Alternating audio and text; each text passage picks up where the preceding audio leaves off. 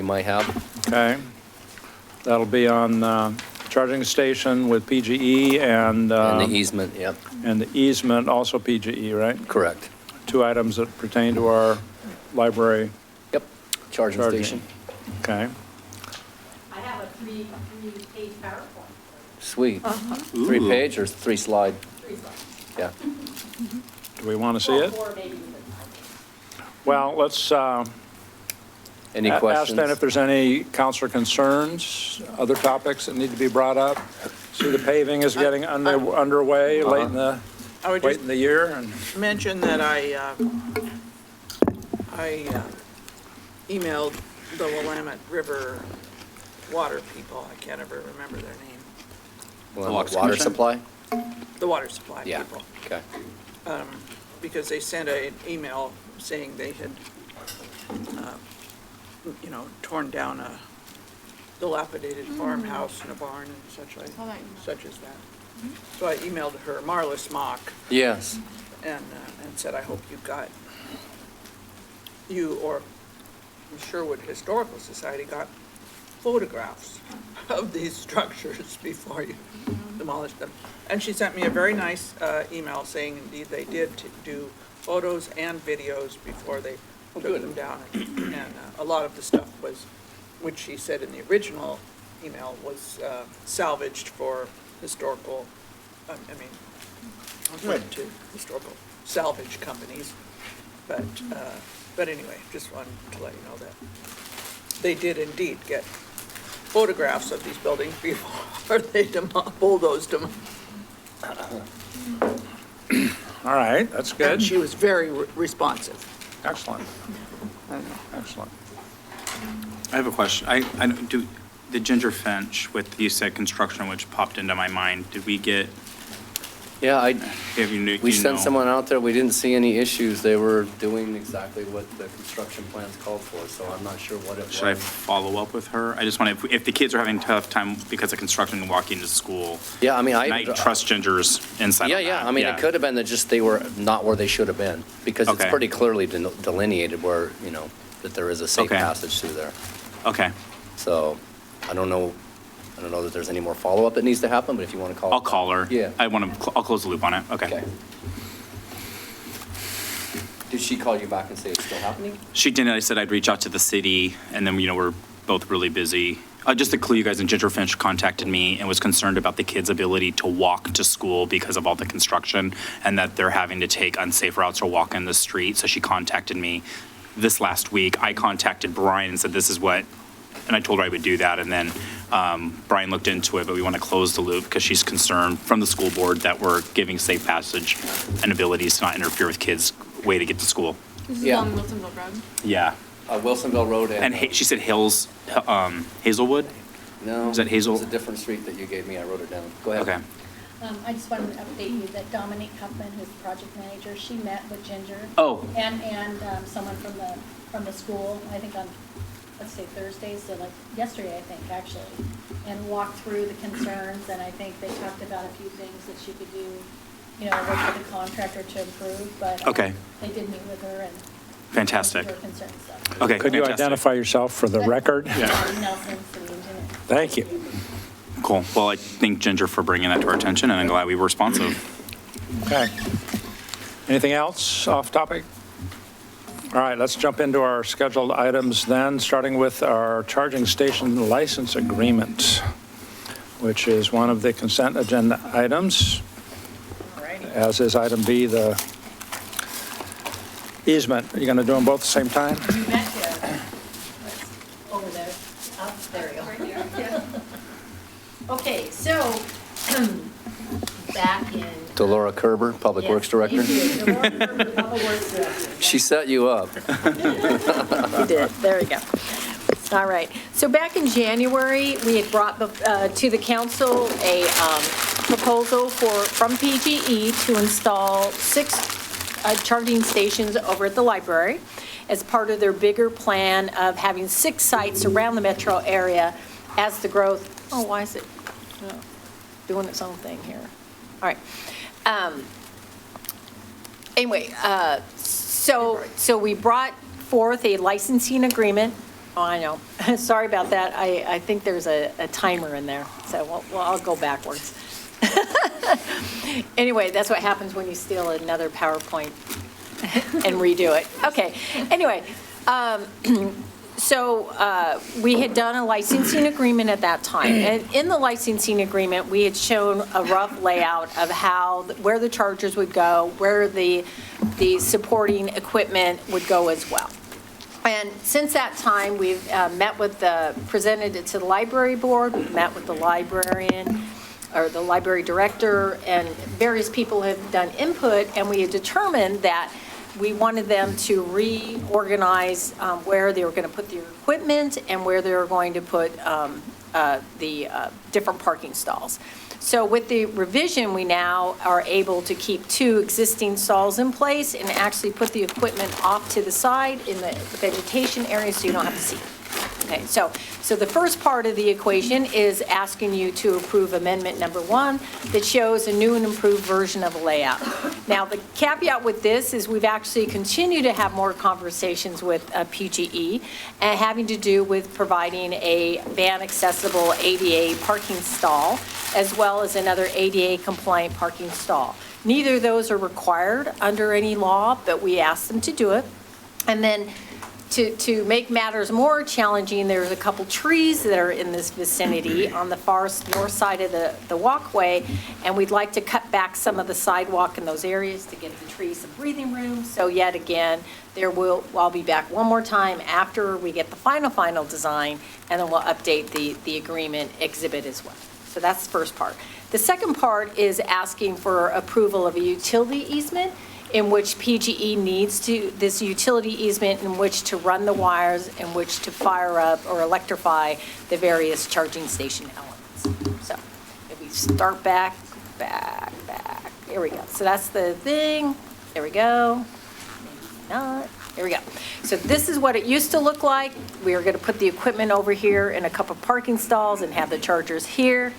That was not the best option, so we came back and we said, tell you what, put the equipment over here, we'll put vegetation around it, a little here, put more vegetation, and let's do these stalls, and then that leaves 2 regular stalls open as well. This is a utility easement that we need, this amount of land that we need in order for them to put in their underground equipment. All right. Can you go back to that last slide? Sure. It was quick. Yes. There we go. So does any of that easement cover sidewalk? It goes, yes, this portion here is under the existing sidewalk that's out there. So the note on the staff report was we need to monitor ADA access and compliance. Do we Yes. have concerns, and how is that monitoring going to happen? Well, so back to this is just a schematic, and we're working with them with some final designs in which they will put the actual, dimensions of what all needs to be for ADA accessibility. So again, just today we are working with them on finalizing moving these 2 slots over here to give, all right, darn it. There's actually 2 trees. There's a tree here and here. So yes. So as they go on, we will, in the building division plan review, we'll confirm what it is they're proposing, and then we'll confirm through construction that they are constructing it appropriately. Councilor Akeball. I was excited to hear that some of these charging spots would be ADA compliant. I also wondered, will they be the type of parking spot where, like, it would just be outfitted so that it would be accessible, or will it be marked with a sign so it's reserved only for somebody that is Right. approved to use that space? So actually both. And so if you only have 1 parking stall, you need to make it ADA van accessible. If it's van accessible, only van accessible placards can park there. So you could have an ADA placard and not be able to park there because you don't have van accessible ADA placard. Okay? So we determined we didn't want to necessarily have to take up 2 out of 4 or 2 out of 6 spots. So what we're going to do is the van accessible will be marked as such, and so only van accessible ADA placards will be able to park there. And then immediately on the other side of the striped walkway will be a parking stall that will meet all the ADA requirements, but not necessarily marked as such. So either somebody with an ADA placard could park, or somebody with a disability could park there, or somebody else can park there. Give some flex. Yes, and what we determine is we want to kind of monitor Yeah, the what the use of usage. it, and if there is a greater need, that we could then go ahead and sign the second one if so desired. Okay, that makes sense. And then my second question, which I think you just said, that the equipment is going to be, the diagram in our packet didn't show any little bushes or trees It- around it. But correct, I was yes. curious if it would be shown. Yeah, so they will be doing some vegetation over here by the existing transformer, as well as by this new transformer, and over here by the equipment. They're taking out some rhododendron bushes in this location, and we'll put new vegetation back in. Okay. Counselor West? Can you point out again which is going to be the van and which is going to be the, you said by the stripes, so they're the ones on the Yeah, left? so a van accessible always has the striped aisle to Okay. the right. So this will be marked as van accessible, and this is the drive aisle. And this will be built to be ADA compliant, but it will not be marked as such. Okay. And the ones that are all on the right, the four on the right, those are the electric charging stations, right? All of these are as, oh, shoot, I hate that. This is a slow charger that will service these two, and these are Okay. all fast chargers that will serve those So four. if the ADA client comes in a car that can be charged, they still have that option there? Correct. Okay. Yes. Smart. And how much sidewalk are we losing, and what does that look like? So what'll happen is, this is about 6 feet here, and this is 15 feet from here to here. Man. And so there will be 6 feet left here, Okay. and then that would be the smallest area that we would have, would be 6 feet. There's a small area where the sidewalk is just 6 feet. Correct. And Okay. the sidewalk, to give you an idea, the sidewalk over here is only 5 feet. So 6 feet is more than. Is that like the we- minimum size you can have in a sidewalk and still be within Yes, allowance? that's a typical width of a sidewalk. the 6 foot like a normal street sidewalk? Okay. 5 feet is a normal height, typical okay. sidewalk. Okay, Yes. thank you. All right. Other questions? We're going to delete that PowerPoint from our Oh, my server. goodness. Never using that again. So Sorry about that. legal's looked at the terms of the easement and is comfortable with that? Took a while to get to the company. That's why I'm asking, but we're there. Yeah, we are. Yes, I've worked with Delora extensively on the language of the easement, particularly the ADA language, so. Okay. All right. More than All right. down. That's good. Thank you much. Oh, how can I be so excited? Water rates. Exciting stuff.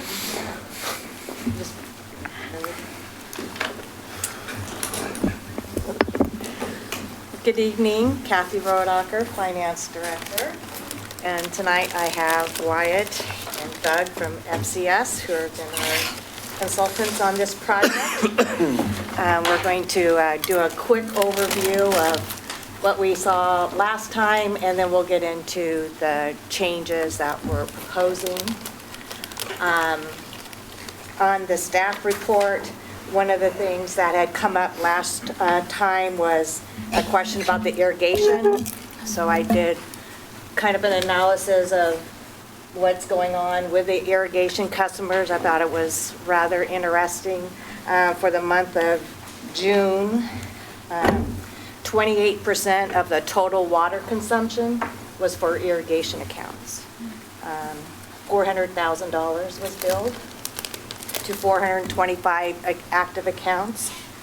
15 of the accounts accounted for 25% of the consumption, but what we have found since then is that one is apparently watering most of their neighborhood because they think there's a leak. So there is something going on there. There were 178 accounts that had at least 100 units of irrigation billed during the month. For over 90% of the consumption. So less than half of the, of the accounts are using 90% of the water that's being used. 85 accounts had zero consumption. So we have a lot who just use, just have it, aren't using it right now. And this is kind of a rough number, just going through the list, looking for homeowner associations, and it was about 17% of the overall units were identified as HOAs. Units or accounts? Units billed. Units, okay. So, and right now, our current irrigation unit is $5.76 a unit. So that was just kind of a quick little overview that we put together. Hopefully that addresses some of the issues or questions we had about the irrigation. And now we'll get on with the show. All right, well, I'm Doug Gabbard from FCS Group. I'm joined by my crack analyst, Wyatt Zimbelman. Much of what we're about to see you already saw 2 months ago, and so I'm going to go rather quickly over what you've already seen and then gradually slow down as we get to the new stuff. But just because I'm going fast doesn't mean that you have to go fast, so stop me if you want to see something that you want to talk about. So a rate study is a 3-step process. We look at the total amount of money you need for your utility. That's the revenue requirement.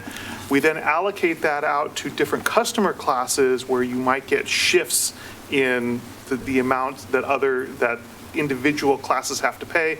And then finally, we set up a fixed and variable set of charges, and that is the rate design. When we went through the revenue requirement, we discovered that your very capital is what's driving the needed rate increases. So we threw in a couple of debt issues, and we managed to keep your total overall rate increase level at 3% for a set of years, and then no increases for a set of years, and then back to 3% again. And I'm looking at the very bottom of that graph. 3% from 29 to 34 at the very end, and then you should be good to go for a while. So 3%, pretty easy to understand, but now when we begin to look at the cost of service analysis, we now look at differences between customer classes. And what I have to confess about this is when we do a cost of service analysis, we are looking at what the rates would be if we were starting from scratch. So if you never charged a single rate, if you just had this set of assets and this set of customers, what would be the set of rates that gives you the lowest risk and the most equity between your customer classes? That's what we're doing here. And so nothing that we have done here in our methodology has any reference to your current rate structure, which is why when you ask me, as you inevitably will, why does this customer go from bill X to bill Y? Wyatt and I can give you chapter and verse on why bill Y is what it is. We can't necessarily speak to why bill X is what it is. You understand what I'm saying? And I know that's not going to be very satisfying, but I just want to anticipate that. So we did our little functional allocations. We found which parts of the utility each customer class is using, and we allocate those costs to the different customer classes based upon the extent to which they use those different functions. And that leads us to this. So you have, by customers, the dollar amounts of the revenue requirement spread out among the customer classes you see on the left side. On the far right side, you see the percentage increase by class that is needed to achieve the 3% in the very lower right-hand corner. So with broad strokes, you need to see larger increases in industrial and irrigation and public, and it looks like residential is paying too much, slightly.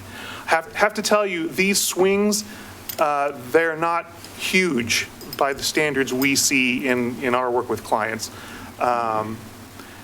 Now, although residential, I just showed you a negative number there for residential, we would never recommend that you actually reduce rates. And so what we've done is we've set up an implementation schedule where every class gets escalated a little differently, and residential is held constant for a few years. And by the end of those 4 years you see up there, everybody is where they need to be on the cost of service spectrum. Question. Please.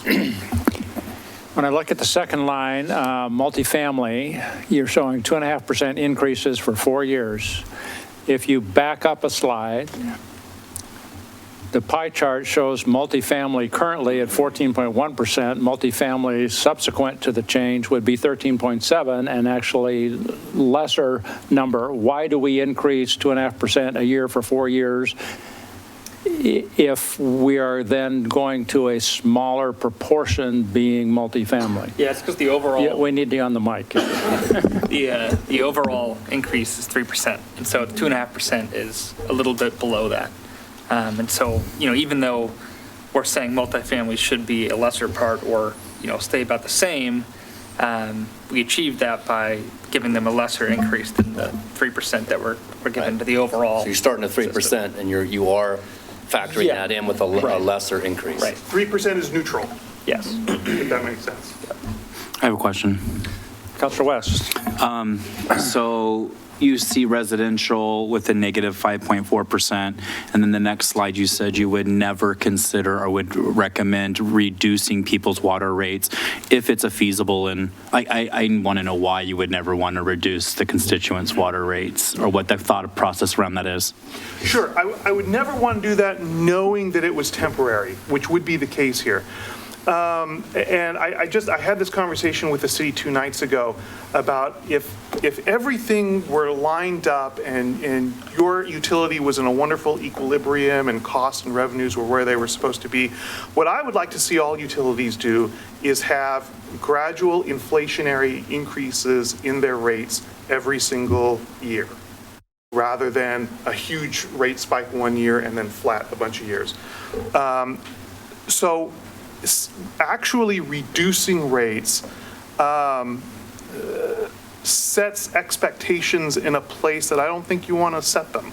I think you want to get your utility to a point where you can pass along the inflationary cost that the utility experiences in gentle inflationary rate increases, because that's how your costs generally behave. And ultimately, when the behavior of your rates mirrors the behavior of your costs, then you're lined up and you minimize risk. One other question. When you see multifamily needing to, what you said, 2.5% more, Yeah. that I'm guessing that's mostly renters that would, even though they're not. So when you say residential, is that single-family homes? Yes. Specifically, and then now we're looking at potentially renters or condo owners that are going to have to why would they need to pitch in more and not single-family homes? And some of those people may be more vulnerable populations that could see an increase, where it's at least a flat line for a while for people that necessarily can afford a small increase. So when and I appreciate you bringing this up, because this was a question that came up also when we got to this slide. You see the first line of multifamily on the base charge going down. They're higher after that, but so my answer to kind of all these questions is, remember that residential and multifamily are different critters. They're different types of customers.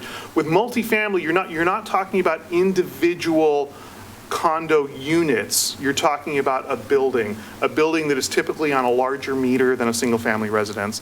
When we say residential, perhaps that is not very specific, but we mean single-family residential. Individual dwelling units build individually. Multifamily build as a collection of several dwelling units. And condos and townhouses could be owner-occupied or rented. Right. It could be. Same as a house. Yeah. So you're just distinguishing by the type of residence.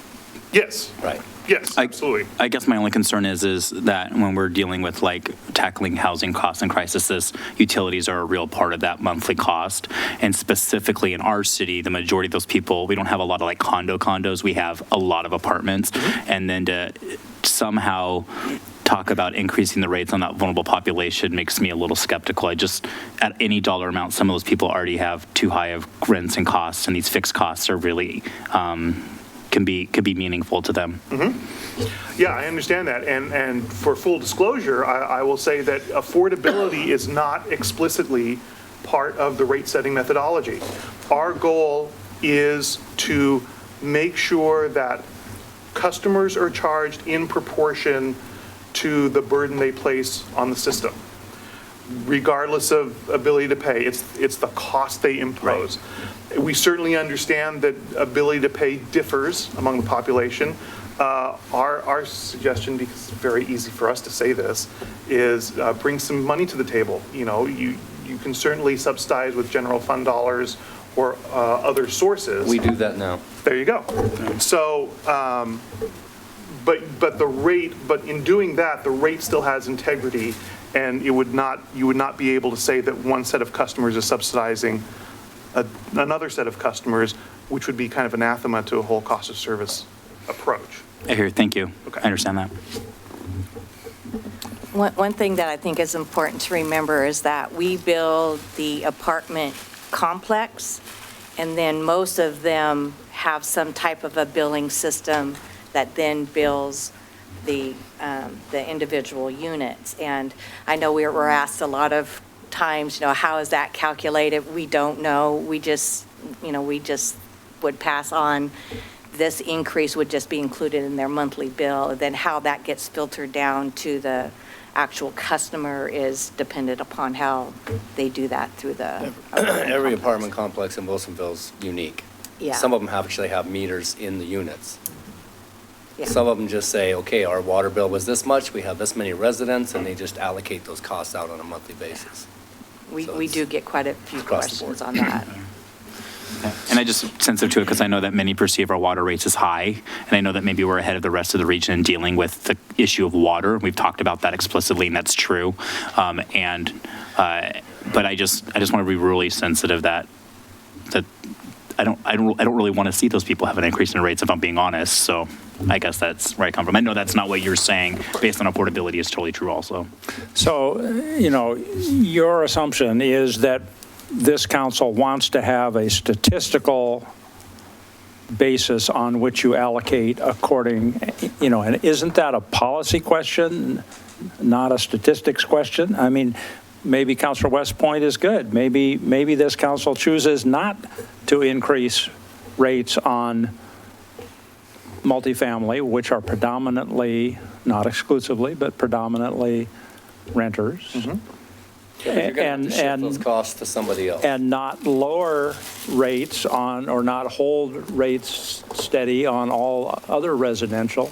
Yeah, so you have choices as a council when you get to setting rates, and you can include any policy you want in terms of what you would like to see with your rate structure. What you're being presented is a cost of service model that doesn't take it's not taking into account any of those issues that you're talking about right now. Okay. It's just, here's the burden, here's each class within that rate profile, and here's what they're gonna pay.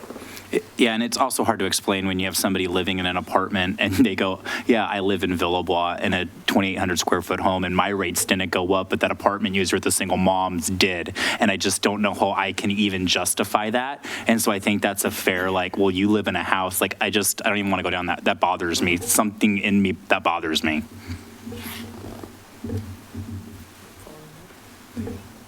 Councilor Ackerval, would you please pull your mic up close? Thank you. Shying away. So, Mr. Cosgrove mentioned that we are subsidizing the rates with the general fund. I wonder if we could get more information on that. We have a contract with Wilsonville Community Sharing, and part of that is that we do give them some money to help people, as Mr. West points out, that some people struggle sometimes from month to month, and there is a process by which they can go to Wilsonville Community Sharing, and they can tap into those funds if they need them. Okay. So we I was do through our curious general which fund. program, yeah. So if that's something that you wanted to look at. If this is a concern of council, we could increase the amount of money. We could talk to Wilsonville Community Sharing and see what the need is. So Yeah. you have options. What we're talking about here is cost of service model strictly. Yeah. Right. You can tweak your rate profile any way you want. But tonight, we're just talking about, in a perfect world, this is how you would set up your rates. Yep. Okay. Thank you. Councilor Lehan. Yeah, just out of curiosity, do we know if most of our senior assisted living facilities are commercial, under commercial or multifamily? Because we That's a have great question. hospice. Oh, That's a great hospice question. Facilities and Yeah. Yeah. the that's a- Marquee or the Commercial. Wilsonville. Commercial. Yeah. Okay.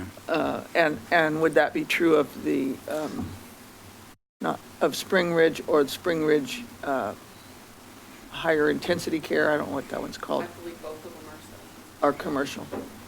Okay, And this is Cricket Jones, our utility billing okay, expert. okay, just want to know about that. All right. So we leave the cost of service now to the rate structure, where we had an explanation of your current water rates, which are now in front of you. So to echo a point that has just been made, Oregon law in no way requires you to adopt cost of service rates. This is a methodology looking at it from a particular point of view. We would really encourage you, if you didn't want to do anything else, we would encourage you to get away from this winter average on in figuring out your tiers. Because we know you have new software, that's a consideration. Also, to base a water rate on a winter average is really unique and could lead to some unexpected and unanticipated outcomes. You could have two households using the same amount of water but paying different bills, which is always fun if they talk to each other. So to be avoided if possible. So the winter average goes away in our presentation, but even if you decide not to go all the way with cost of service rates, let's get rid of that. Okay? So we talked about rate policy objectives and what we're trying to accomplish here. Well, we've kind of beat that one pretty good. I think we kind of ended on this slide where we set up, this is 2020 cost of service. The year is important because it reflects the first year on the implementation schedule. So this is not, we're not snapping all the way to cost of service at once. This is that first column in that 4-year progression where you see base rates plus consumption charges. For residential, you have the 2 tiers as you do now, except the tiers are defined a little differently. You have for the residential, includes 2 CCF of consumption. However, in the rest of these, and Wyatt, back me up if I misspeak here, on the rest of these from multifamily to the right, the 2 CCF allowance is not included in the rates you see to the right. Is that a fair statement? Okay.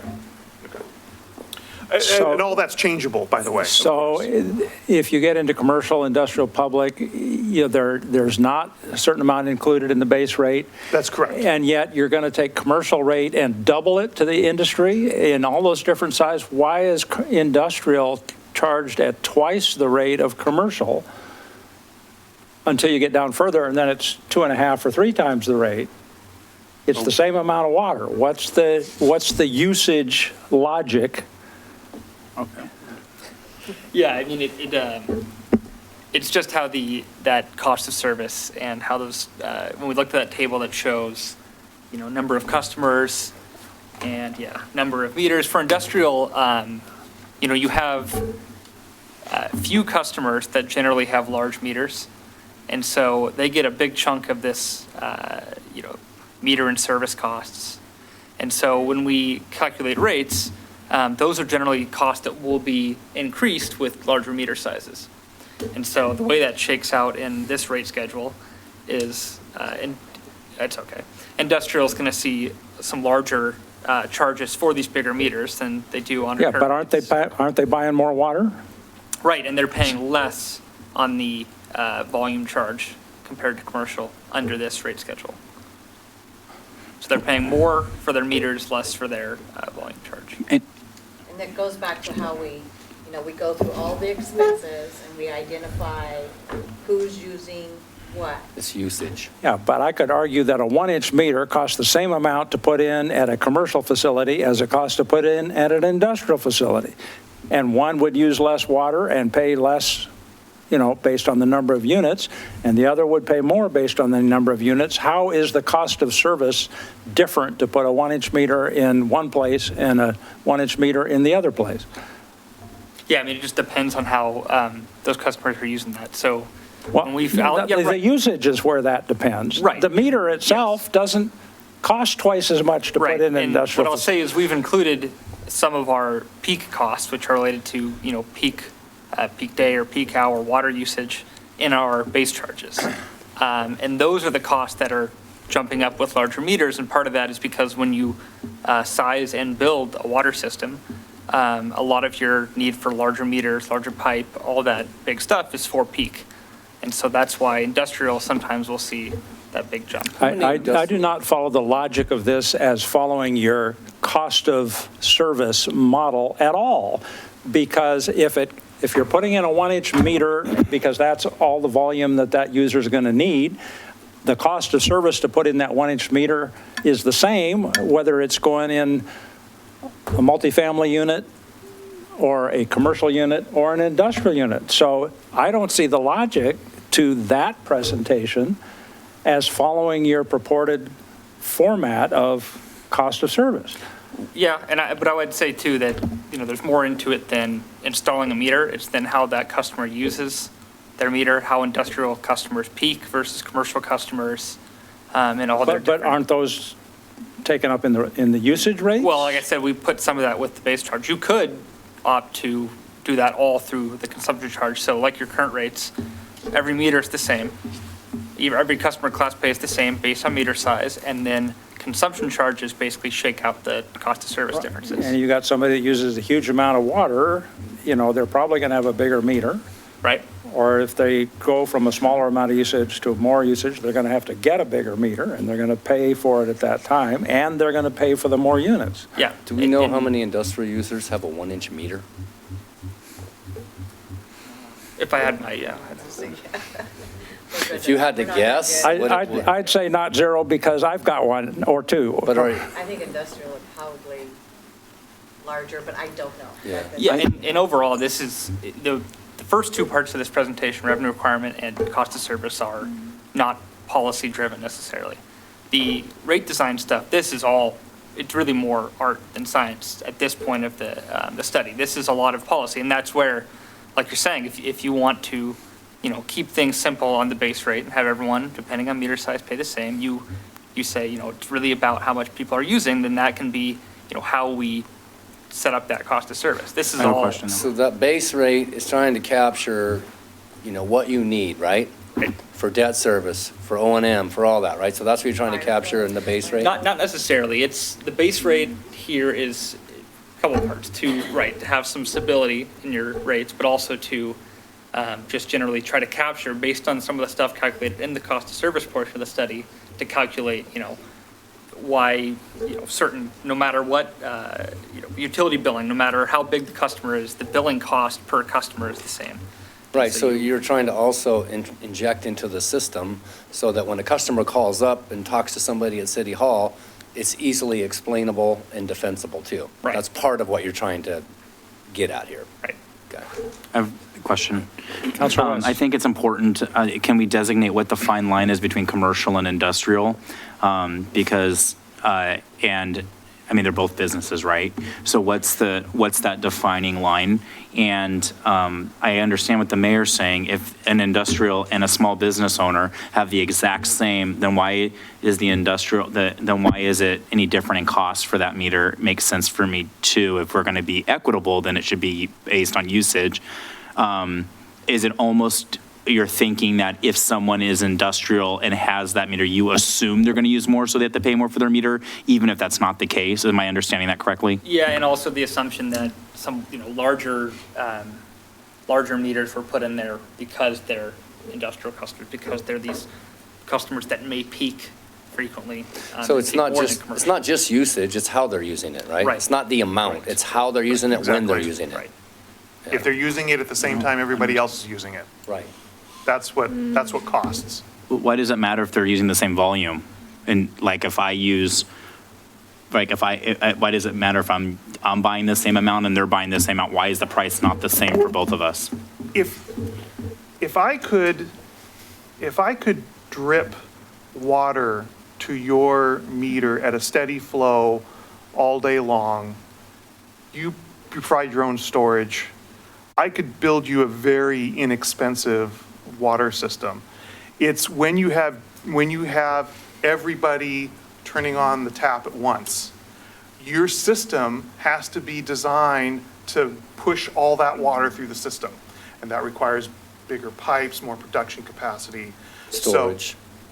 Storage, yes. Right. So customers that tend to use at the same time other customers are using, that's what a peaking factor measures, they are more expensive to the system. So Oswego Grill washing its dishes at closing is much cheaper than Coca-Cola putting water in its bottles in peak hours. Is that what you're saying? That would make sense to me. Yeah. Okay.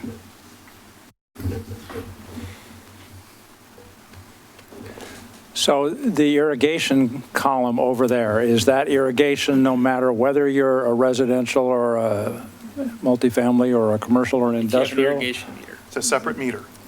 No matter what type of a facility you are? Yes. So you're saying the irrigation is going to be the same throughout all of those, but the others are not going to be the same. They're going to vary by 150% or 200%. Well, it's a comparable class. I mean, you're just irrigating your landscaping, right? And the consumption charge is quite a bit higher on the irrigation because it's dealing with the peak. Right.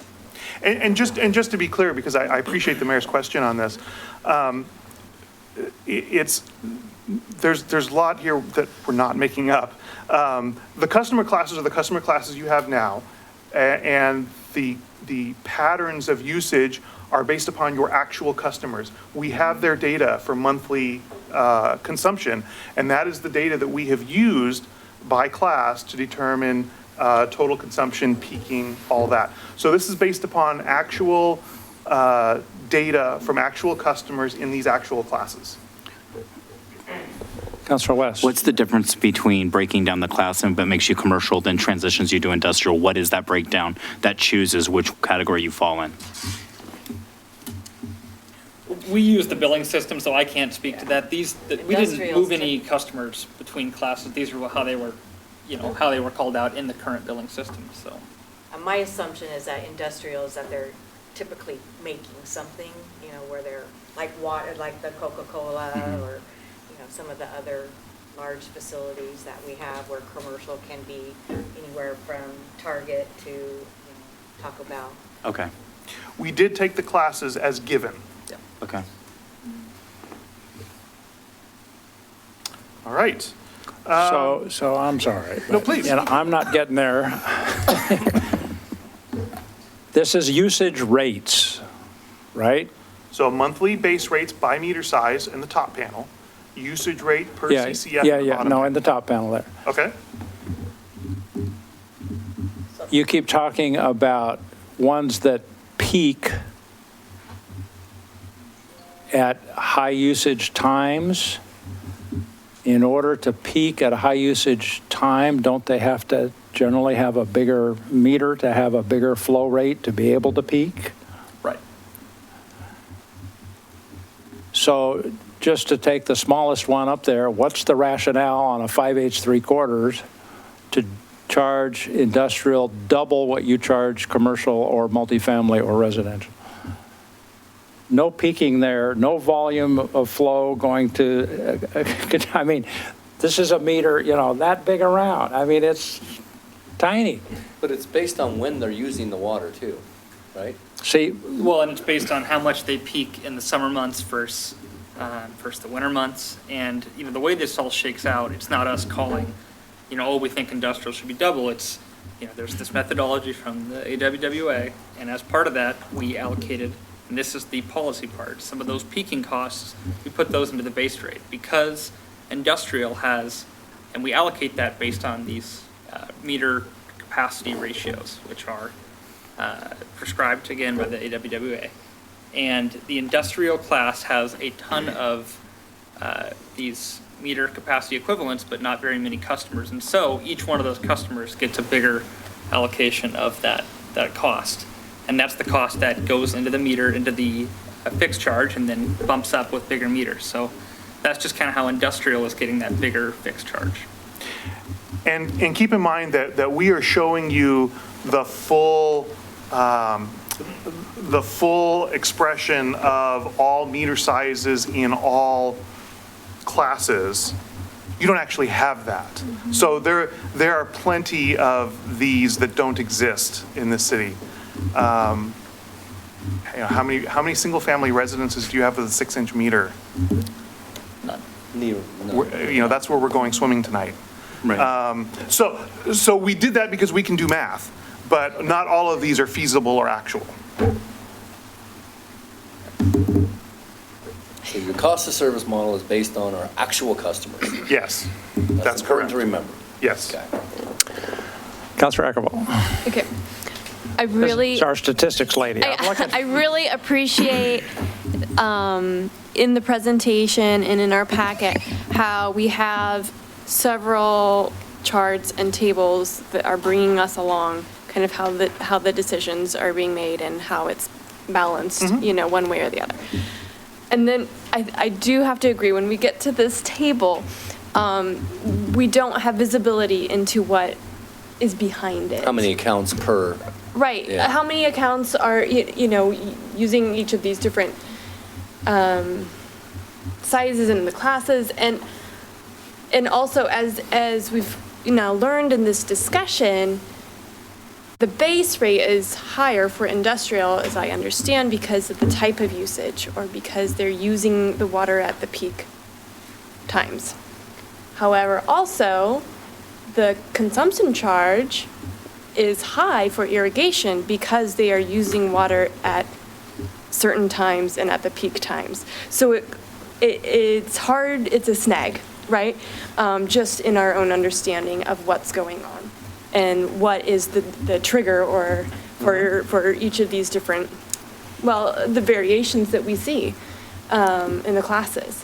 So I wonder if we had a little bit more information for each of these classes, if we could get ourselves over this snag on why is that? And if this is the reasoning that's applied to industrial, then how is it different for irrigation? Or Sure. do you see what I'm saying? We could take you into the depths of our spreadsheet. Yeah. I think we could show you the dollar. Be careful what you wish for. Yeah. Yeah. I can make you scream for your mama on Expenses this. being allocated to each class. Yeah. And then the number of, I think that's kind That of might- where it may be $1 million for residential divided by 1,000 customers and $1 million in industrial divided Exactly. by 10 customers. Exactly. So I think And we have could give that. that. We Yeah. have that. And I agree. It's Yeah. just we generally, and I appreciate the interest in it. It's sometimes that, in order to get all this into one presentation, rather than jumping into all of that, we, we'll just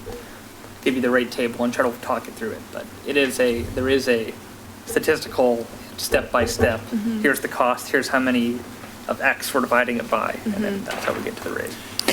So the other thing that I think we need to think about is, does the structure of our irrigation rates promote the use of water-wise efficient irrigation systems, or is it just, hey, you're going to pay anyway, so what the heck? I mean, it seems to me that we ought to be structured so that investing in a more efficient irrigation setup comes back to the person putting it together. Twice the consumption charge of any of the other. So I think if anything sends a signal to maybe $6.30 for every reconsider, unit. that would be it, yeah.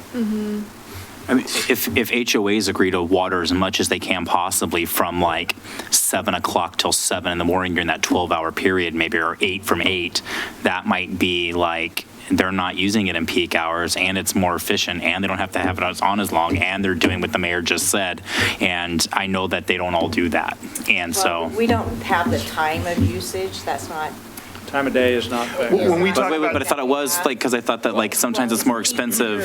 peak season, Oh, seasons, okay, specific large yeah. chunks of time within a year. And what I'll say is a lot of these costs, we're trying to capture retroactively, money you've already spent to build this system. So they could start doing that now. You've already put in pipe and meters and the infrastructure to serve them based on that normal time of day, the normal type of usage for that customer and for that type of customer. So, doing something now, well, that could help control how much water is flowing through a pipe. Now, you already built the pipe. So maybe if people got more conservative in their water usage, we wouldn't have to expand the treatment plant as soon as we would. So that would also have a positive impact on rates down the road. Yeah. But we have to plan for the hottest day in August, right? that's right. That's what it's like Costco. You build the biggest parking lot for the biggest shopping day Of the year. during Christmas. Yeah. Oh, Lord. Well, actually, we've quit doing that on the planning side, Oh, so. Lord. Well, thank goodness. Don't compare us to that, please. I won't. But yes, you're right. Fry's still waiting. Yeah. Just for information, we have 104 industrial accounts. How many of those have a 1-inch meter? Now that I can't tell you, but I can tell you we only have 100 of them. So that you can see, and they are one of the smaller groups that we have, so you can see why their costs would be higher because it's being spread out by a smaller group. So do we say to them like, hey, you have a 6-inch pipe and you're Coca-Cola, so you're automatically industrial? Or do we consider like the distribution center at Rite Aid is industrial? They're not really like, right? Like, it's still not clear like what that fine line is to put you in each category. It's based on. That's a long-term debate that has gone on and on and on in this community for what kind of usage in a building and what it's doing, and whether it's being used the way it originally was designed to be used or whether it's been converted to something. I mean, that's a very sticky discussion to get into. It's zoning. It's okay. So if you're in an industrial zone, you're paying the industrial. Even if you're not doing industrial activities. I don't know why you would be in an industrial zone. Well, I guess you could if you were like a gymnasium or something in an industrial zone, but yeah, you would still be paying the industrial rate. Okay. So this is the recommendation from the consultant's analysis. Yes. And the question is, does that meet our policy needs or not, which is a whole other discussion. Absolutely. Yeah, just keep in mind of the law of unintended consequences as you start tweaking. Well, I'm seeing some unintended consequences. So you take from one, You have to make up pops up somewhere else. It's that whack-a-mole, So what you're getting here is a best practice model based on what many of the other cities in the region are doing and what is it the AWWA recommends? The American Water Works Association, yes. All right, well, we're not done yet. So Well, we're going to need to be soon. okay, that's fair. We are prepared to make this far more practical now and go into the realm of sample bills, if we have time for that. Do we have a couple minutes? We've got, maybe another 10 minutes. Okay. So let's do it. So here are some actual bills. I'm going to let Wyatt speak to this. What we have here, just to see the structure of this, you see the winter average use, and that's only populated for the residential customer because it's only relevant for the residential customer. And then you have two panels to the right. The one is during a low consumption season. One is during a high consumption season, with differences in consumption, obviously. 2019 means your current rates. 2020 cost of service means that first year of implementation. Yeah, I think, this kind of the point here is just to kind of show that even within these customer classes, you have winners and losers.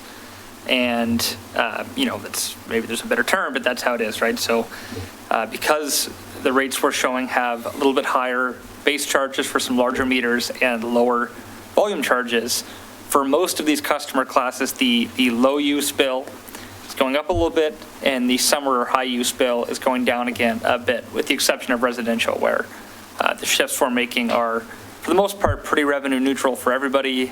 And, higher user has a little bit of a bump, and lower users have a small decrease. The bigger change residential-wise is focused on how we calculate that bill, just to make it a little easier for the city and for customers to understand. For these customers, it is a bit self-explanatory, like we saw all those volume rates for everyone except for irrigation went down, and the meter charges generally bumped up. So that's why you're seeing, a 5% bump at a lower user bill and a 5% drop in the higher user bill. And then same thing with industrial, but even more, like we talked about, larger meter charge. Industrial bumps up quite a bit for a lower user, but if an industrial customer is using a lot of water, there's still a break-even point, even with that higher meter charge, and they will eventually pay less than they would under current rates.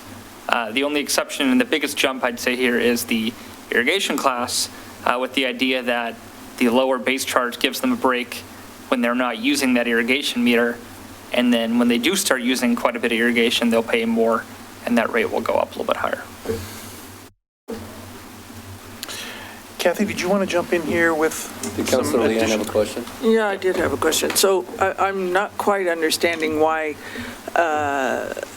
on most of these categories, why are we going to lower summer bill and a higher winter bill? What was the rationale there? That was just using some industry standard, what's the best practice way to calculate rates. And like I said, a lot of this is policy. So if we wanted to push more cost to the volume charge to create more of an incentive to use less water, you could totally flip that and keep all the cost of service the same, but just set up the rates in a way that would shift more to usage. So this is all policy decisions at this point. Because it seemed like there was a rationale to do it the other way. Sure. Which was, because we're always thinking about that highest day in August. I mean, we have to build a whole system for that one day. So we want to incentivize people on that one day, or those days, to bring those peaks down, because that's what's driving our whole expense side, is the peak days. And so that doesn't make much sense. Yeah, and it's a balance of revenue stability versus, how do we want people to use water? And we can give you a list of rates that would, like I said, that would have higher volume charges and still gets us the same amount of revenue. It would just be, more of our revenue, we're collecting that in the summer, we're going to have a lot more revenue and stability. But that's totally an option, and that's, again, it's all policy decisions at this point. I mean, I know when we were in water moratoriums, then we really screwed things down to get those peak days down, and went to odd even watering or other incentives to get people to irrigate less, or at least not all irrigate on Wednesday, which was what was happening. People would irrigate Monday, Wednesday, Friday, every other day, but everybody was irrigating on Wednesday, so it was our peak day. So then once you shift people to, well, how about Tuesday, Thursday, Saturday for some of you, and now we could spread it out. So there are other ways as well. When we tend to not do that when we have plenty of water. But if it's what's driving the cost of our system overall is the peak day, then it just seems like we have to be always cognizant of that peak day and incentivizing getting that peak day down. But this seems to be going backwards. May I respond? Counselor, you're absolutely correct that especially over the long term, peak demands drive how you have to size the system and therefore how much you have to spend on your system, which is absolutely true. In the short run, the vast majority of a utility's costs are fixed. And so the more you put into the volume charge, the bigger risk you're taking for short-term financing of your utility. Now, the rates that were developed here were done with a standard methodology that gives no consideration to incentive giving. We're just following a set of allocations, trying to do it as equitably as possible. It's really equity that is driving this. But there's plenty of policy room to move things between fixed charges and volumetric charges. That's fine, but just remember that as you move toward a volumetric charge, you're taking a little risk with the utilities' finances in the short run. Which may require increased rates to make up for what you might lose. Or higher reserves, or, Right. different ways to mitigate that risk.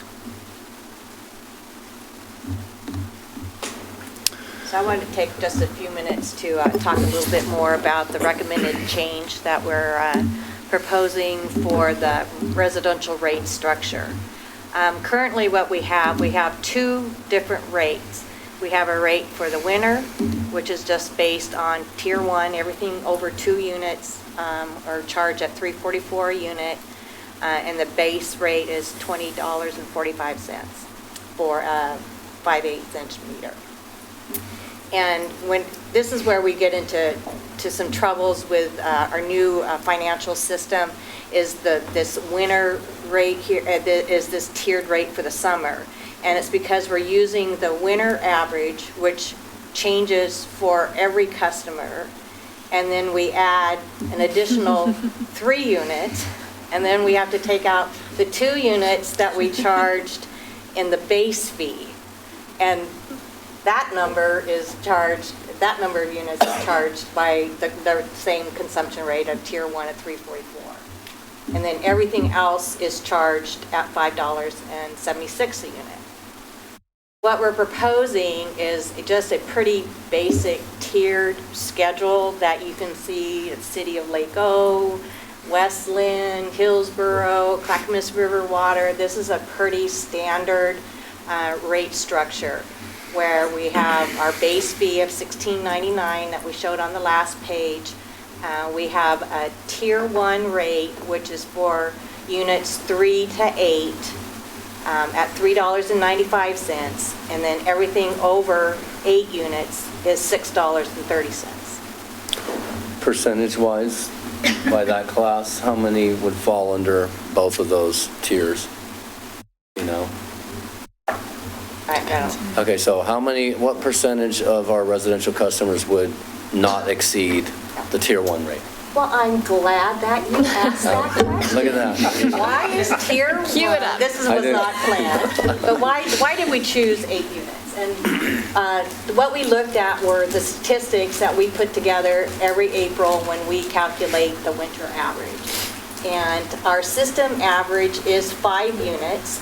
Over 73% of our customers have a winter average of 5 units or less. 94% of our residential customers have an average of 8 units or less. And if we go back to what our original one was, the winter average plus 3 units. So we took our system average of 5 and we added the 3 to come up with the 8. And it turns out that that would cover 94% of our residential customers. So that's how we came to that.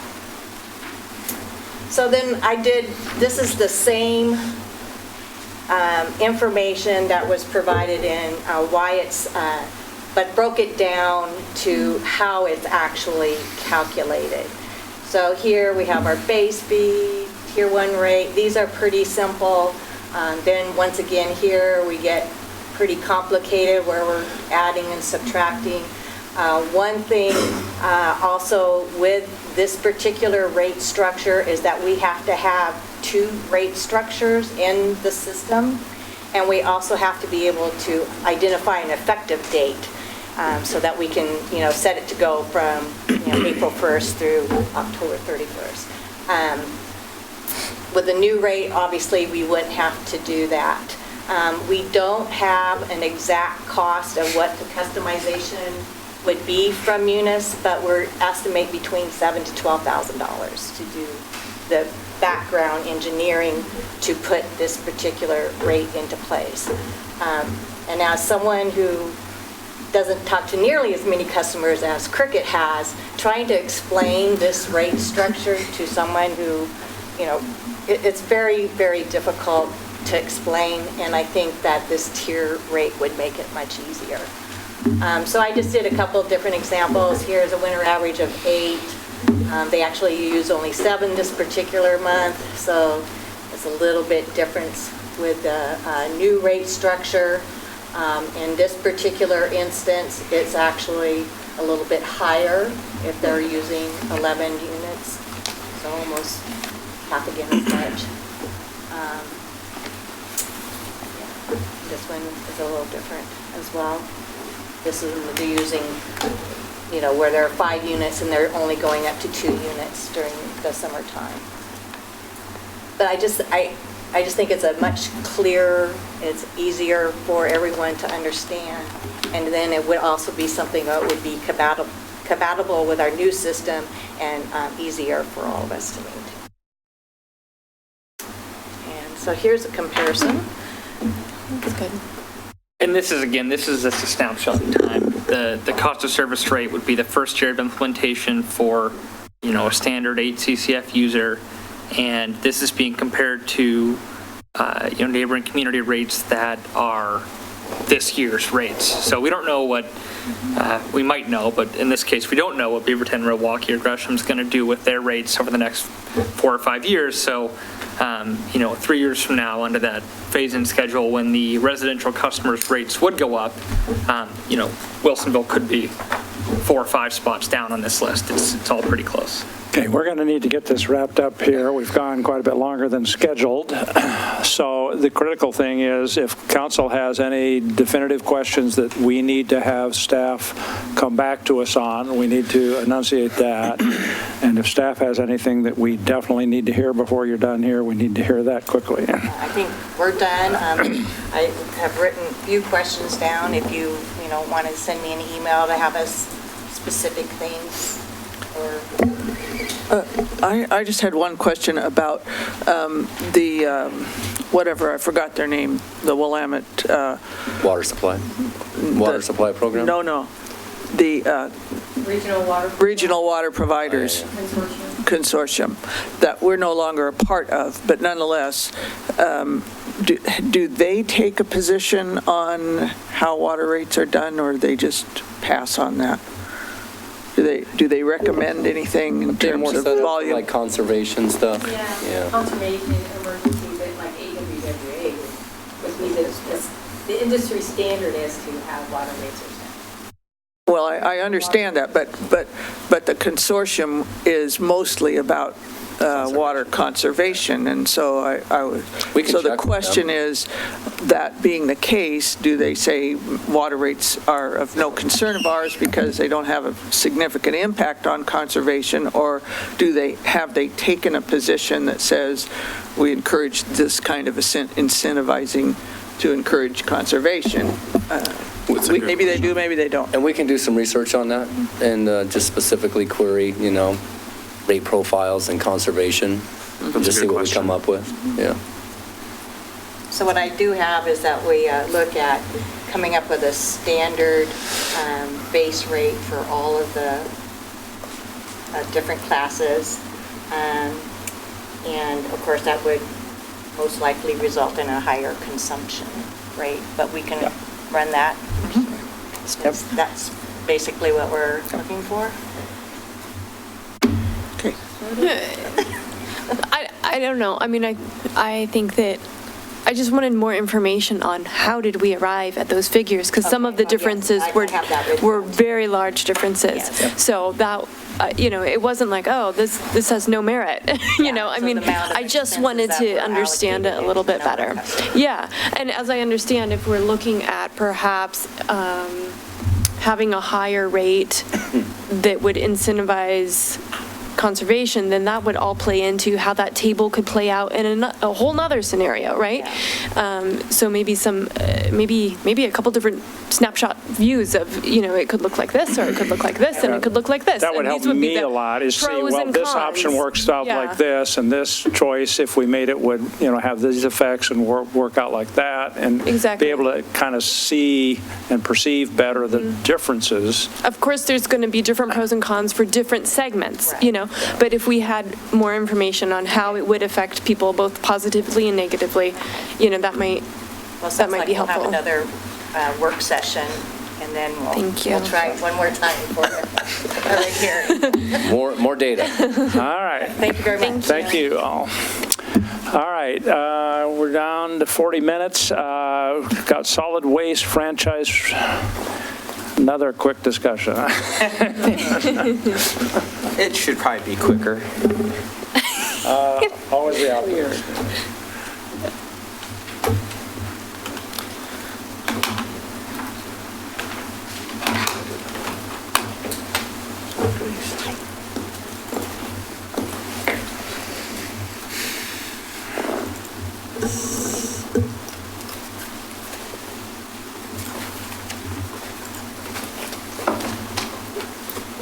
Good evening, Mayor, members of council.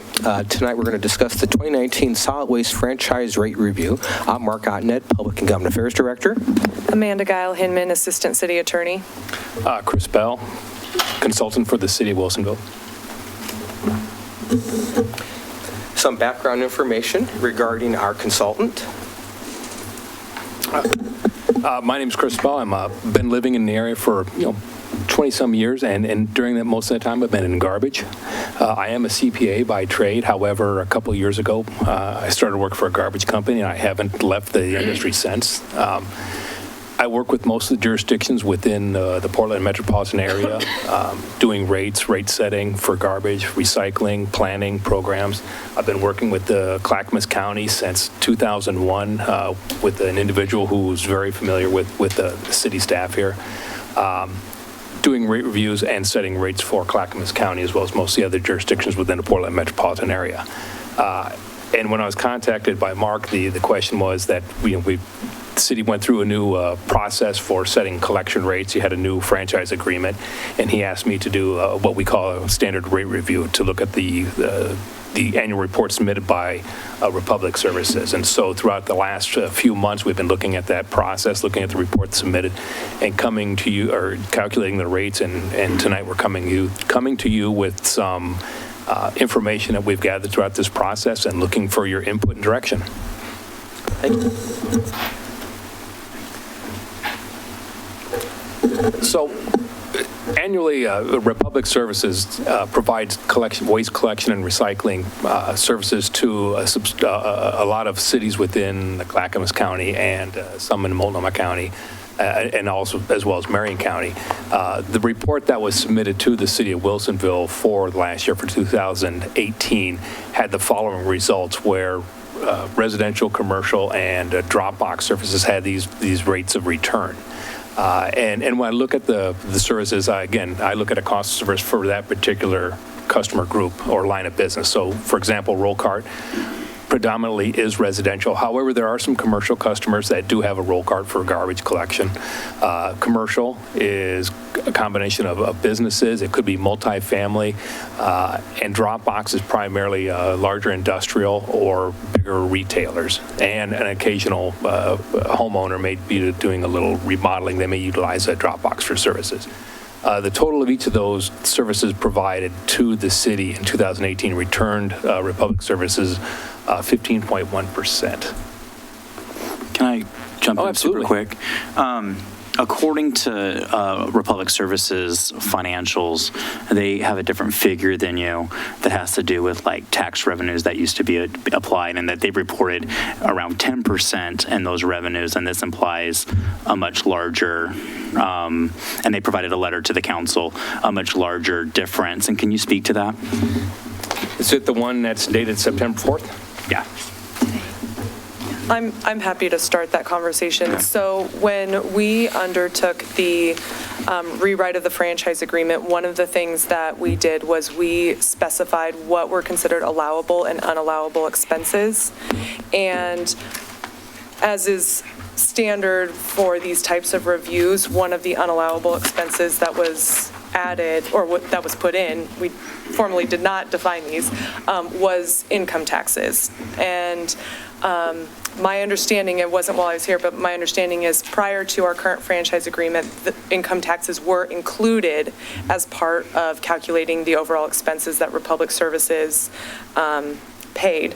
And so that is the distinction where our current franchise agreement expressly says that it is an unallowable expense that they cannot use in their calculation anymore. I think it's also important to note that standard, our franchise agreement was unusual in allowing that expense. So most other franchise agreements don't allow income taxes to be an expense that can be then deducted. But ours did for several years. I'm not sure why, but that mistake that was caught when we redid the franchise agreement. So did Republic realize this at the time? I mean, it sounds from the letter like they're surprised that this is now the case. I can't speak for Republic Services. They are here in the work session and they may speak during citizen comment, but I will say that both the local representatives who we worked very closely with, as well as their corporate legal department, reviewed the franchise agreement before it went to council and then was signed by Republic Services.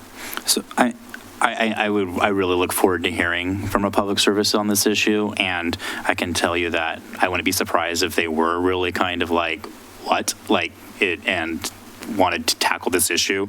And the letter that they clearly gave to us as a council kind of takes a different take on this whole entire position. And they would have their assertion is that the reality is that they've shown a 10.8% net, and then they show year to year where it's not near your 15 or higher percent net. So that's just in consideration there. So taking the 2018 adjusted results and then also taking in consideration the 2 rate increases that were passed in 2018, the projected results for 2019 are a little bit higher than the prior year at 17.2%. And again, the biggest contributor to that increased rate of return is the 2 rate increases, the one that was effective July 1st and then the second one effective October 1st, 2018. You may recall that when the council adopted Ordinance 814, that was the new franchise agreement, in that was a 2-step rate increase, one in July of last year and then one in October of last year, that together were each 3.5%. Plus the recycling surcharge. Correct, plus an additional recycling surcharge due to the collapse of the recycling markets. The target rate of return is in the 8 to 12% range with a target number of 10%. That's what we're aiming for to provide for the franchisee. Therefore, there are different options for the council to consider to return the operating margin to the target range. Those include rate reduction, new service improvements that could include our residential food waste program, bulky waste pickup for ADA senior citizens, commercial styrofoam and wood pallet collection recycling, and commercial food waste program. Now, that has already been passed by the council and is a mandatory program, so we don't really have much options there, but we do want to include that because that will increase their costs. Chris, would you want to speak to this? Yeah, if you were to look to reduce the rate right now, you'd see approximately a 76-cent decrease in rates for the current year. However, we're almost done with 2019, and so a lot of the expenses that we're seeing occurred in this year will be diminished in the upcoming years due to inflationary forces, increases in disposal, and the like. Other options include new service improvements, such as a residential food waste program. This is a topic that the council has inquired about previously, particularly when Lake Oswego implemented residential compost services to their residents offered by Republic Services also. Basically, this would allow food scraps to be collected with yard debris. It should be noted, though, that Charbonneau would generally not participate in this program because Charbonneau is generally exempt from yard debris. They don't have yard debris. They have a special rate that's $5 or less per month because their HOAs provide yard debris service. Sorry. So what happens to the yard debris? I mean, because it exists. The landscaping services dispose of it in some fashion. Okay, so like the contracted landscaping services collect it themselves? Correct. Okay. It exists somewhere. Okay. Just not through us and Republic Yeah, Services. okay. There's a cost to this that would also reduce the margin slightly, and it could start in the second quarter of 2020. We could also look at bulky waste pickup for Americans with Disability Act residents or senior citizens. This basically would be a driving to their home, picking up the junky couch or whatever big bulky items there were and hauling them off on behalf of the customer at no charge. This would be a $10,000 cost, slightly reducing the margin again. It could start next year in the first quarter of 2020. Now, they do that now, of course, but they charge for it. Correct. But I was surprised at how quick they are about this and how inexpensive it is anyway. It's like $25, and they'll be there tomorrow and pick up everything you put out in the curb. I mean, way less than you can call up anybody else. Or go to the dump, yeah. Or drive to the dump. Yeah, it's, So it's it's not, I don't know how much that's a compelling need in the community because it's so reasonable right now. The reason we thought of that was the last couple bulky waste days have been very well attended. Yeah. One of our former city councilors went there twice in one day, actually. Yeah. Well, and I think, but until I tried to pick it up at my curb service, which I was not aware of before, I would have to drive all the way over to Oregon City or catch a bulky waste day. So I was always trying to catch those bulky waste day because if you have mattresses you want to get rid of and stuff like that, you don't really want to drive those over to Oregon City and have them fly off the car. And it's embarrassing. So,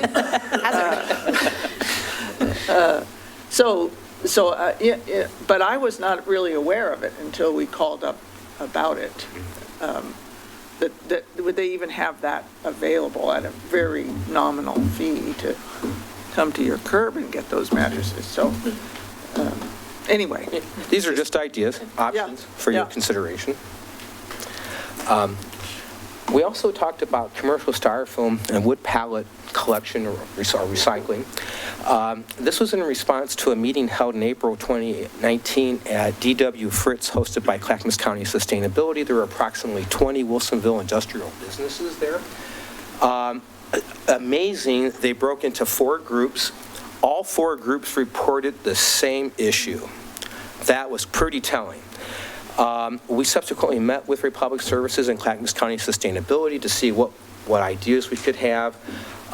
This came out then out of that process because this was identified as a potential business need in our community and that they were very concerned about sustainability. It's amazing how much our industrial businesses are really concerned about sustainability and recycling.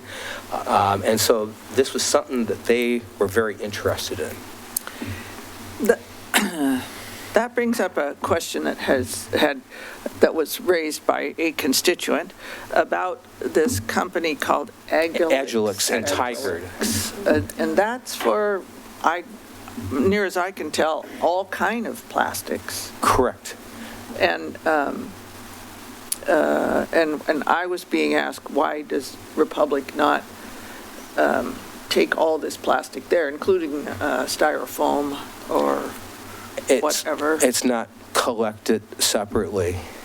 But But couldn't it's because the plastic is not separated from other other recycling, but all plastic could go there? No, not all plastic. Agilex right now will take styrofoam, and they take most of the styrofoam within the Portland metropolitan area, and they do take some depending on the plastics. Agilex started out as a company that was pulling out plastic and doing some diversion where they were pulling out the petroleum. Right. And so they've been experimenting. It's still relatively new. It's still very risky. And it could go away tomorrow. But as long as they're there and they're going to take the material, most of the places around here that do collect plastic, if they can take it, they will take it there. Yeah. So they are getting a substantial amount of material that's collected here in the Portland metropolitan area to their facility. But they're not a collector. They're kind of like an end market. No, I know they're the end market. I just didn't know how, when we had all the issue with the recycling market collapsing, and that resulted in our rates going up, or not rates, but having the surcharge.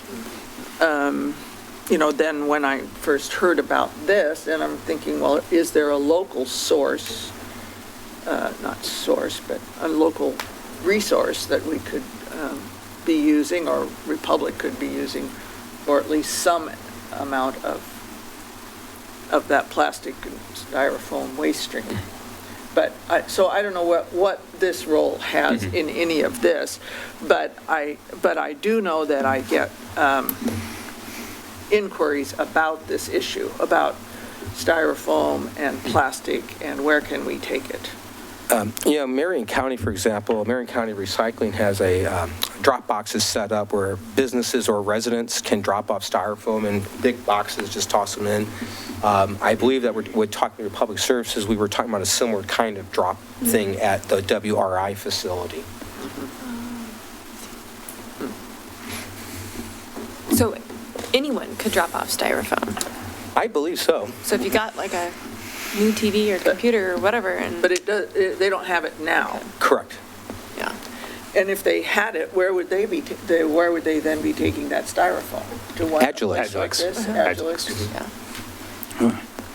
On a different topic, is there any way that we can have the annual report provided by Republic Services provided to the council so we can have like a better picture of what's going on here? Yes. Can we see their annual report that they submitted also? Yes, we have it here. We just received a corrected copy this week. Okay, perfect. Well, I'd go with that. If you're asking. You ready to vote? You got more? And then just the commercial food waste program, which again was mandated by Metro that the council's enacted, that's already scheduled to start up. This is a summary of the various new service improvements, the cost and the margin reduction that results in a net reduction to a 12.8% operating margin, which is very close to the target range.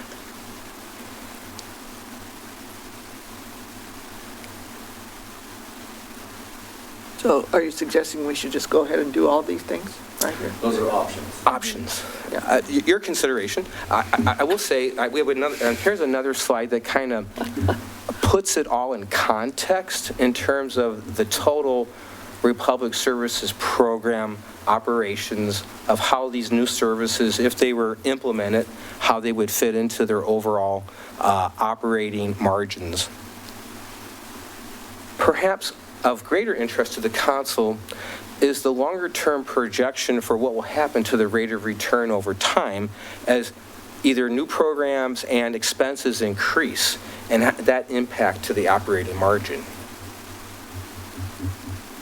So in other words, if you just said, okay, we're going to implement the new programs and keep rates constant, the trajectory of the rate of return, the rate could stay in place up to probably 2023 at this point, unless Metro raises the disposal rates substantially or something else were to happen. But assuming relatively flat increases in collection expenses, your rates could run for quite a while. And as a reminder to council, under our franchise agreement, what we do every year after we have this discussion is every year we will do a rate review where we figure out what their operating margin is, and then based on where they fall in that 8 to 12% range, we look at an index, and then they get a certain percentage of that index, potentially depending on where they fall. And as we've heard before, incremental increases each year is much better than a huge jump every 3 years or something like that. And so that was the policy decision behind that change from our prior way of doing it. So staff's presentation is find a way to reduce their margin by having them provide some more services, whatever those might be, as an option. Mr. Jordan's letter from Republic is essentially, this is not a correct picture of what our return is, and seems to be arguing the tax issue. And so that's quite a dichotomy in approaches, and I guess I would like to understand if we are an outlier on how rate of return is being calculated under our agreement with them. Is this the only agreement they've got like that? Other agreements they have with other cities, are taxes entertained in those? So is ours really a different deal? Or if it's just the same as being calculated everywhere else, then why would they be arguing that it should be different in Wilsonville and they should get to deduct taxes? So I don't have a real clear picture of how the whole dynamic is working, has been working. This is when the tax issue was brought up during this process, I was a little surprised because this is, as we were saying earlier, Wilsonville was the only jurisdiction within the Portland metropolitan area that allowed for the calculation of income taxes as a part of their rate of return. I can give you, in every other jurisdiction within the Portland metropolitan area that Republic is operating in, they're not allowable. In Clackamas County, they're not allowable. Okay, so straight up, does Republic acknowledge that? I'm seeing a head shaking, basically no. So there's, again, we're trying to deal with facts here, and we have different presentations of. And I do need to say that if the council determines that the council wants income taxes to be considered, the council needs to amend the ordinance, because the ordinance says that income taxes are not allowed. So you would need to amend the ordinance. So we haven't heard we got a letter from them essentially saying, no, really, you should consider the taxes. And you're saying that that's not consistent with anybody else around us. Correct. So I feel the need to have some sort of dialogue back from them on that. Okay. Plus, there's two other issues. We're not asking you to make any decisions tonight. Yeah. We're presenting options and information, and we would fully expect that you would want to hear from Republic before you made any recommendations. So when you get to the new service options, I'm just going to put in, I've argued for several years that they ought to be accepting fluorescent tubes for recycling, and we did a pilot on that, but now that's not available. I was asked yesterday about where people could take fluorescent tubes, because that continues to be a problem, and that was not one of the options added there. And I would add a second one, and that is based on my recent experience, they could beef up their public service by about 100%, because it is abysmal. It is horrible. Customer service, yes. It is bad. You cannot reach a live body. You cannot talk to anybody. There's no follow through. To me, it's horrible. And I think that we need to expect a lot better customer service than that from our franchise. And so, and I will, sorry. Mayor, I also, but I agree with almost everything you said, but my anecdotal evidence is every time I've called Republic Services, they've been completely responsive to my requests and needs, and they've been very courteous and worked with me, and I feel like I get somebody on the phone quickly. That's been my personal experience, as maybe your anecdotal experience is different. My last experience was after an hour and a half. I never got a live body anywhere, though I got a computer back east, and I got somebody else. How long ago was this? How long ago was this experience? Because within recently, the last 2 weeks. Oh, okay, never mind. But that may also be an exception to the norm, so anecdotal evidence is a little bit.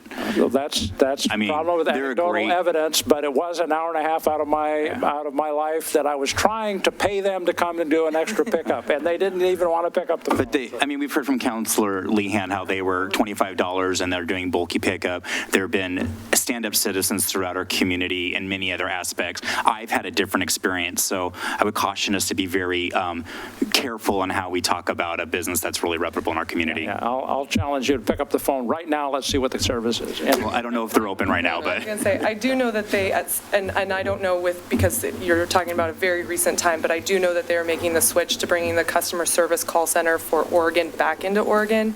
And anytime that there has been an issue that a citizen has contacted me about, and I've been able to reach out to the Republic Services direct office, they've responded within the hour, and they've handled it really well, any of the issues that I've had to personally deal with from a citizen. One other issue that a citizen brought up to me today that we hadn't personally explored before, but that they had asked for us to ask Republic Services if it's an option, is the collection of syringes, because they're considered a hazardous waste, and so you have to take them up to Metro. yeah. So I don't know if that's an option, but that is something that we could also explore with them that was just brought to me today. Yeah, that's a great one. So there's some additional options that we could pursue. Right. And then, so when is this coming back to council? Well, we were planning next month. It might be a little bit longer than that. But we might need a little more time now that more options are on the table, and We also talked about using the Wilsonville Talks portal to put a poll great. out to the citizens and ask them of the options, rate reduction or the new additional services. What do they feel? I mean, it's not going to be a scientific poll, but. So That's a good idea. in between now and then, we can go through this letter, sit down with Republic Services, Correct. hash out any discrepancies or differences, and when we come back to council, we can report back. Okay. Right. Correct, and there was a couple issues on, and I'll take issue with this on page 2 of their letter. They've got 3 assertions, and the first one is the disposal. The disposal did increase by, initially it was 3%, and we were told in the meeting later on it was increased to 4%. So I was off a half a point percentage on that projection, which is, about $5,800 annually. But there's 2 other things too. They've got an assertion on the truck and fuel costs that they've increased this year compared to last year. And I've brought information in that says no, that's not the case. Right. So to me, it would be helpful for council if you folks, Yes. staff and consultants, Sit down and with they Republic. can hash this out, so we're not trying to parse, is this the fact or is that the fact? Right. Correct.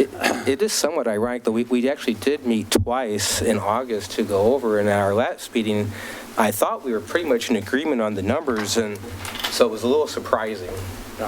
Things change, so Yeah. let's figure out what the facts are, and we'll come back. Yeah. Councilor Ackerman? I do want to just say quickly, just throwing it out there, one thing that I've heard from youth, from middle school kids, from high school kids in the community is residential food composting. And I don't know if it's because that is a material that kids throw away themselves, that they're highly aware of that, or they're getting lots of information about food waste in schools, and it's just an issue that is very serious that they're more aware of. But I hear about it a lot from youth. So I think that Let's Talk Wilsonville is an excellent idea, but I also, I want to say something, because sometimes the youth's voice doesn't always get measured, and so that I think there's an interest in a younger population in that. If we go on Let's Talk and say, do you want a rate decrease, you better qualify it, that's saying you're talking 76 cents a month. There's some other things that we could do with that. I would recommend that we not put. I mean, that's a tough road to try to balance, Is it within our work session, is it possible for Republic Services to also be able to present their side and what their viewpoints are in this? Is that not allowed? They only get 3 minutes, or are we allowed to, is there a way that we No, can they hear a could be little on more from them? They could be on agenda, and we maybe could like have talk more with them than about getting 3 on an minutes. agenda where they could Yeah. maybe we can just hear more from them too and really have a better idea between this and what was presented. Work sessions are for you. Yeah. Right. Yeah, so we can set it up for a little We can more. have them come into a regular meeting and answer questions and dispute or whatever they want to do, but Okay. not here. Traditionally, we would have them in communications to present the annual report, Yeah. Okay. which I would like to distribute at this point. Thank you. And then we have 10 minutes for panels. Yeah, and so we better go on to that. Thank you very much. So any additional ideas you can forward to either Amanda or Mark, and we'll cost them out. Okay, Beauty and the Bridge Interpretive Panel Project.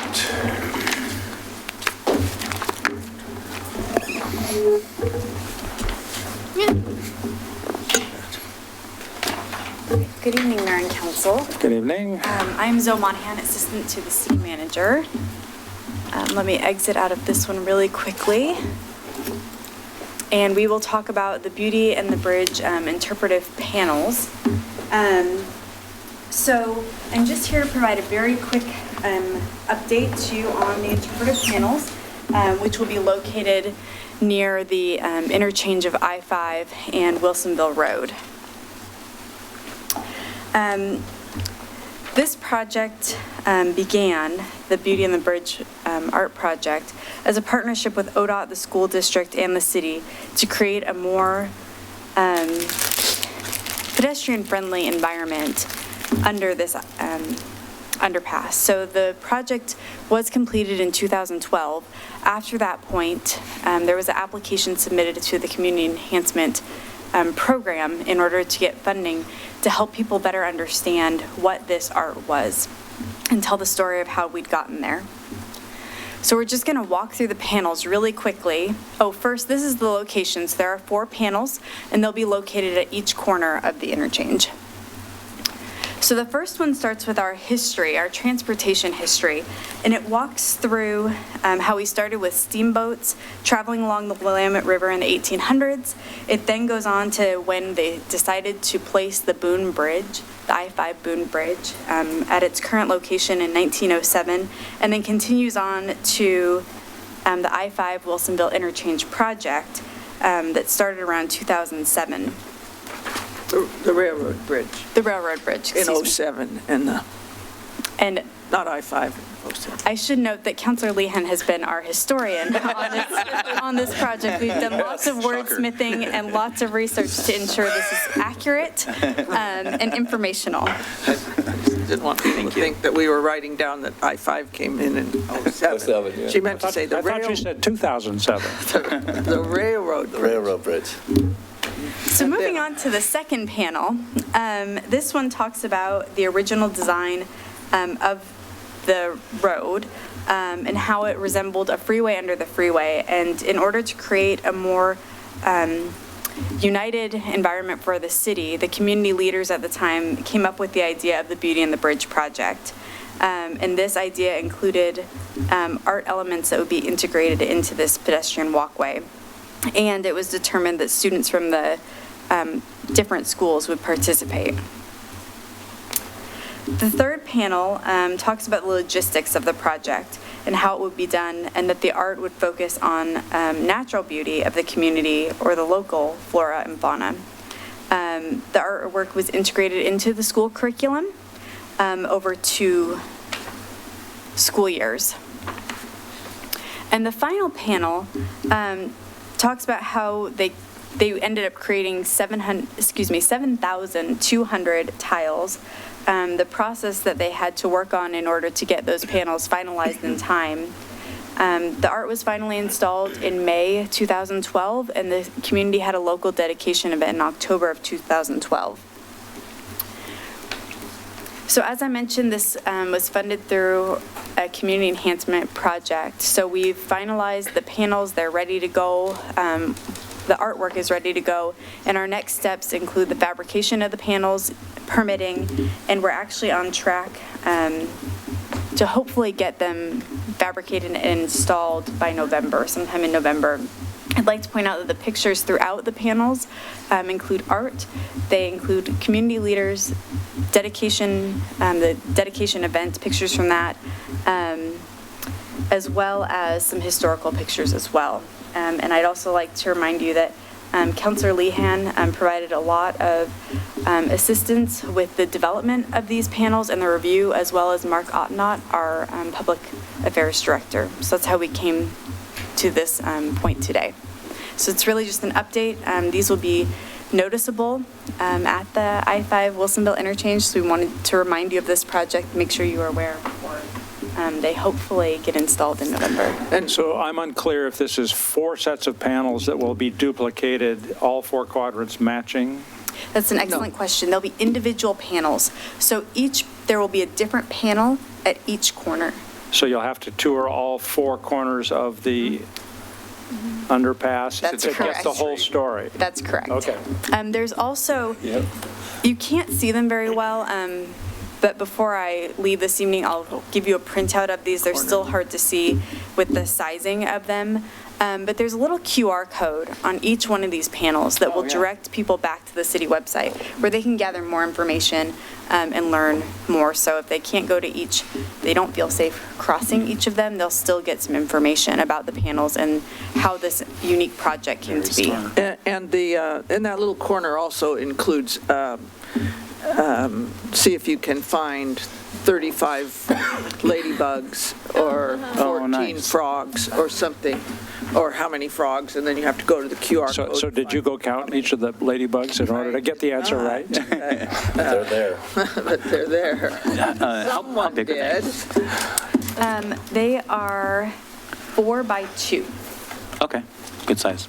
So 2 feet By 4 foot. wide and 4 foot. And they'll be ADA accessible. But yeah, Yes. we toured with Public Works and The consultant to identify consultant locations. to determine locations and that would work for us and for ODOT and all of that, so.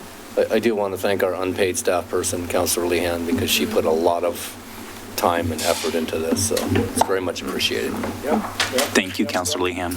Oh, yes. Okay. Thank you much. Are we voting on this, or is this not a? No vote. No, are we It's moving? done. It's done. We're just Awesome. giving you It's Community Enhancement Committee voted to fund this. Terrific. Yeah. Just an And that's the solid waste money we get from Metro. Okay. I know. For all the garbage that flows through Republic Services. Yeah, right. Okay, if we're done, let's call adjournment at 6:55 for this evening.